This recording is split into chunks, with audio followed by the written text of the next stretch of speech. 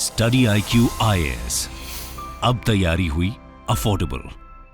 दोस्तों, इंफ्रास्ट्रक्चर को किसी भी देश की इकोनॉमी का बेस माना जाता है। कहा जाता है कि कोई देश कितना प्रॉस्परस और स्ट्रांग है, इसका पता उस देश में मौजूद इंफ्रास्ट्रक्चर को देखकर लगाया जा सकता है। यही कारण है कि प्रधानमंत्री कई बार अपने भाषण के दौरान इकोनॉमिक डेवलपमेंट के लिए इन्वेस्टमेंट, इनोवेशन और इंक्लूजन के साथ इंफ्रास्ट्रक्चर को जोड़ते नजर आते हैं। अगर हम इंफ्रास्ट्रक्चर के बेसिक पिलर्स की बात करें तो इनमें रोड, रेलवेज और एयरपोर्ट्स सबसे इंपॉर्टेंट हैं, क्योंकि वो इंफ्रास्ट्रक्चर पिलर्स हैं जो कि इकोनॉमी को अपने इनर और अपने आउटर वर्ल्ड से जोड़ने का काम करते हैं। यही वजह है कि इनके डेवलपमेंट के लिए गवर्नमेंट की तरफ से कई इनिशिएटिव लिए जा रहे हैं। तो यदि हम रोड इंफ्रास्ट्रक्चर की बात करें तो इंडिया आज हाईवेज के न्यू एरा में एंटर कर चुका है। साउथ से लेकर नॉर्थ तक और नॉर्थ ईस्ट से लेकर साउथ वेस्ट तक पूरे देश में एक बड़ा रोड नेटवर्क डेवलप किया जा चुका है।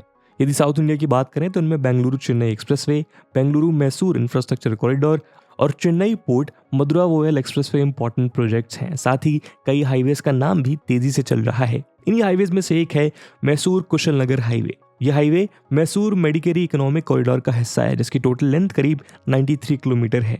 पीएम मोदी मार्च 2023 में Mysore Madikeri economic corridor project का फाउंडेशन स्टोन रखने वाले हैं। तो आज के हमारे इस वीडियो डिस्कशन में हम इसी मैसूर कुशलनगर एक्सप्रेसवे की बात करेंगे। इस वीडियो के माध्यम से हम समझने की कोशिश करेंगे कि मैसूर कुशलनगर हाईवे मेडिकेरी से बेंगलुरु के बीच ट्रैवलर्स के लिए कितना हेल्पफुल होगा और उससे सिग्निफिकेंटली ट्रैवल टाइम भी रिड्यूस होगा। और हम ये भी जानेंगे कि इस हाईवे प्रोजेक्ट का करंट स्टेटस क्या है और सरकार ने इसकी एस्टिमेटेड कॉस्ट कितनी प्रोजेक्ट करी है। लेकिन आगे बढ़ने से पहले मैं आपको बता दूं कि इस वीडियो की इंपॉर्टेंस यूपीएससी प्रीलिम्स और मेंस के GS3 के इकोनॉमी सेक्शन के लिहाज से काफी ज्यादा है। इसके बारे में वीडियो के अंत में और भी बात करेंगे, पर फिलहाल के लिए अपने डिस्कशन को हम आगे बढ़ाते हैं। दोस्तों, आप सब ने स्टडी IQ के फाउंडेशनल बैचेस को बेशुमार प्यार और भरोसा दिया और इसी ट्रस्ट, इसी जीत की तैयारी को कंटिन्यू रखने के लिए अब स्टडी IQ ने प्रण लिया है कि यूपीएससी CSE 2024 में आपको अपने कंपटीशन से आगे रखने के लिए और आपके सिलेक्शन को इंश्योर करने के लिए स्टडी IQ अपना life foundation pre plus mains batch लेके आया है 2024 यूपीएससी एग्जाम के लिए।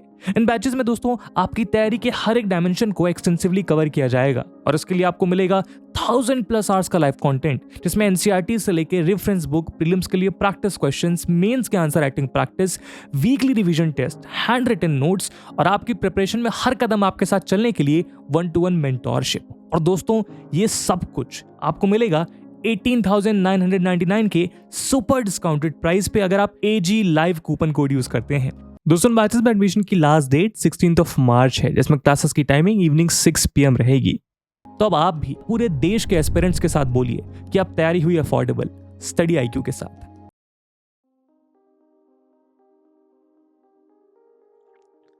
दोस्तों, देश के इकोनॉमिक कॉरिडोर्स, बॉर्डर से सटे इलाकों और रिमोट एरियाज में कनेक्टिविटी को इंप्रूव करने के लिए भारतमाला प्रोजेक्ट की शुरुआत की गई थी। Bharatmala project union transport ministry का एक मेगा प्लान है, जिसके तहत गवर्नमेंट ने 7 फेज में 34,800 किलोमीटर रोड कंस्ट्रक्शन का टारगेट रखा है। इस प्रोजेक्ट के 7 कंपोनेंट्स हैं, जिनमें से एक इंपॉर्टेंट कंपोनेंट इकोनॉमिक कॉरिडोर है। भारतमाला प्रोजेक्ट के तहत इंडियन इकोनॉमी के इंजन कहे जाने वाली इंपॉर्टेंट सिटीज को कनेक्ट करने के लिए 9,000 किलोमीटर रोड का कंस्ट्रक्शन किया जाएगा। इस प्रोग्राम के under 44 new economic corridors build किए जाएंगे। मैसूर मेडिकेरी इकोनॉमिक कॉरिडोर इन्हीं में से एक है। 115 kilometre long Mysore Madikeri economic corridor को मैसूर मेडिकेरी एक्सप्रेसवे के नाम से भी जाना जाता है। ये कर्नाटका में रूट अलाइनमेंट के साथ NHAI द्वारा अप्रूव्ड 4 लेन सेमी एक्सेस कंट्रोल रोड है। ट्रैवल टाइम रिड्यूस करने और एक्सपोर्ट कॉस्ट को बूस्ट करने के लिए, फ्रेट मूवमेंट की एफिशिएंसी को इंप्रूव करने के साथ ही कुर्ग को कनेक्ट करने के लिए भारतमाला परियोजना फेज 1 प्रोग्राम के तहत इस कॉरिडोर का कंस्ट्रक्शन किया जा रहा है। इस कॉरिडोर का ज्यादातर हिस्सा ग्रीनफील्ड होगा।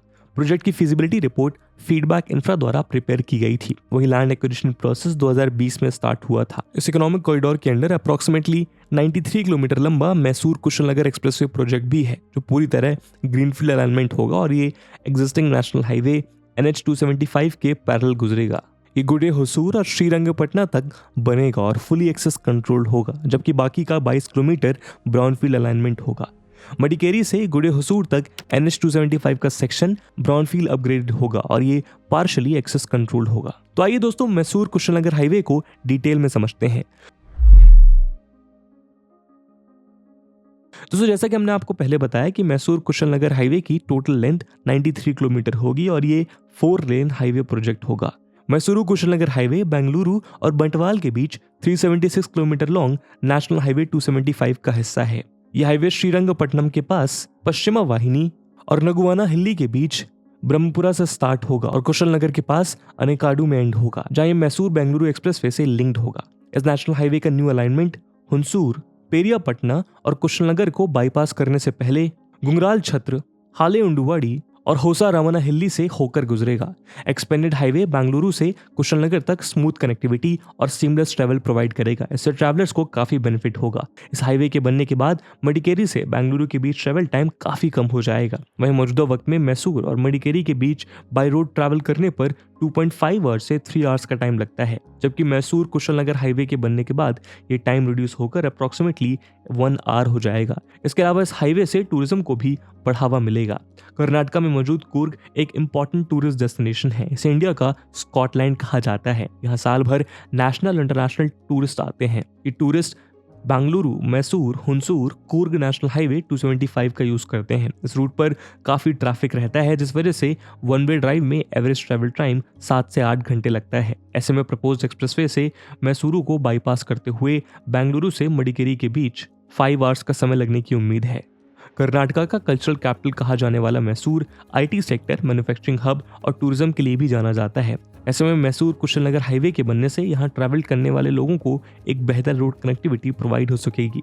इस हाईवे का नाम भले ही मैसूर कुशलनगर हाईवे है, लेकिन ये मैसूर सिटी से स्टार्ट नहीं होगा, बल्कि मैसूर बेंगलुरु एक्सप्रेसवे पर श्रीरंगपट्टनम के पास पश्चिमा वाहिनी में डिवीजन से स्टार्ट होगा, जिस वजह से बेंगलुरु और मडिकेरी के बीच बाय रोड ट्रैवल करने वालों को मैसूर कुशलनगर हाईवे के बनने के बाद मैसूर में एंट्री करने की जरूरत नहीं होगी। वो पश्चिमा वाहिनी के पास से डिवीजन ले सकते हैं। इससे न सिर्फ ट्रैवल टाइम रिड्यूस होगा, बल्कि मैसूर सिटी को कंजेशन, नॉइज और एयर पोल्यूशन से भी निजात मिलेगी। वहीं इस हाईवे के बनने के बाद कमर्शियल और residential development, hotels, petrol pumps और शॉपिंग सेंटर्स इसके किनारे डेवलप होंगे, जिससे business and employment opportunities generate होंगी। दोस्तों, मैसूर कुशलनगर हाईवे के कंस्ट्रक्शन को लेकर अथॉरिटीज से प्रिंसिपल अप्रूवल मिलने के बाद लैंड एक्विजिशन का काम स्टार्ट कर दिया था, लेकिन ये प्रोसेस अभी भी जारी है। बताया जा रहा है कि इस पूरे प्रोजेक्ट के लिए 500 हेक्टेयर्स लैंड एक्विजिशन की रिक्वायरमेंट होगी, जो एक बड़ा टास्क है। इस रास्ते में कई गवर्नमेंट और प्राइवेट लैंड्स आ रही हैं, जिन्हें एक्वायर करने की प्रक्रिया चल रही है। इस हाईवे का कंस्ट्रक्शन वर्क 2 पैकेजेस में होगा। फर्स्ट पैकेज श्रीरंगपट्टनम से पेरियापट्टनम और सेकंड पेरियापट्टनम से गुडे होसूर तक कंस्ट्रक्ट किया जाएगा। वहीं मैसूर कुशलनगर हाईवे के सिविल कंस्ट्रक्शन के लिए बिड्स इनवाइट किए गए हैं, जिसके बाद रिसेंटली 11 फर्म्स ने अपना इंटरेस्ट शो करते हुए टोटल 31 बिड्स फाइल की हैं, जिसके बाद ये सभी बिड्स टेक्निकल इवैल्यूएशन के लिए national highway authority of India यानी NHAI को भेज दी गई हैं। NHAI से अप्रूवल के तुरंत बाद सिविल वर्क स्टार्ट हो जाएगा। मैसूर कुशलनगर हाईवे प्रोजेक्ट का एस्टिमेटेड कॉस्ट अप्रोक्सीमेटली 3500 करोड़ है। इसमें लैंड एक्विजिशन और सिविल वर्क शामिल हैं। Recently union road transport minister Nitin Gadkari ने इसके लिए 900 करोड़ एलोकेट किए। Mysore Kushalnagar highway project HAM यानी हाइब्रिड एन्युटी मोड के तहत डेवलप होगा। HAM EPC यानी इंजीनियरिंग, प्रोक्योरमेंट और कंस्ट्रक्शन और BOT यानी बिल्ड ऑपरेट ट्रांसफर का मिक्स मॉडल है। EPC मॉडल के अंडर NHAI प्राइवेट प्लेयर्स को रोड बनाने के लिए पे करती है। इन प्राइवेट प्लेयर का रोड के ओनरशिप, टोल कनेक्शन या मेंटेनेंस को लेकर कोई रोल नहीं होता। ये सभी गवर्नमेंट के द्वारा किया जाता है। वहीं BOT मॉडल के अंडर प्राइवेट प्लेयर्स का एक एक्टिव रोल होता है, जो एसेट को गवर्नमेंट को ट्रांसफर करने से पहले स्पेसिफाइड नंबर ऑफ ईयर्स तक रोड को बिल्ड, ऑपरेट और मेंटेन करते हैं। BOT के अंडर प्राइवेट प्लेयर गवर्नमेंट से टोल रेवेन्यू या एन्युटी फी कलेक्ट करते हुए प्रोजेक्ट के लिए सभी फाइनेंसेस अरेंज करते हैं। दोस्तों, मैसूर कुशलनगर हाईवे बनने के बाद इस रीजन में ट्रैवल करने वाले लोगों को फास्ट एंड स्मूथ कनेक्टिविटी मिल सकेगी। वहीं एग्जिस्टिंग नेशनल हाईवे 275 पर मिलने वाले ट्रैफिक से भी निजात मिलेगी। उम्मीद की जा रही है कि 2026 तक ये प्रोजेक्ट कंप्लीट हो जाएगा, जिसके बाद सीमलेस कनेक्टिविटी अवेलेबल हो पाएगी। और इसी उम्मीद के साथ दोस्तों, आज के वीडियो को हम यहीं विराम देते हैं। और जैसा हमने वीडियो के पहले भाग में बताया कि इस वीडियो की इंपॉर्टेंस UPSC प्रीलिम्स और मेंस दोनों के लिहाज से काफी ज्यादा है। और उसी इंपॉर्टेंस को देखते हुए एक सवाल हम आपके लिए छोड़कर जा रहे हैं, जिसको आपको कमेंट सेक्शन में आंसर करना है। The question is, Bharatmala project is reshaping India's infrastructure scenario. Comment. And with this question my friends, that's it for the video. I hope आपको वीडियो पसंद आई होगी, और अगर पसंद आई है तो अपने दोस्तों के साथ शेयर करना मत भूलिएगा। हम मिलते हैं अगले वीडियो में, तब तक के लिए जय हिंद, जय भारत। Study IQ IAS अब तैयारी हुई अफोर्डेबल।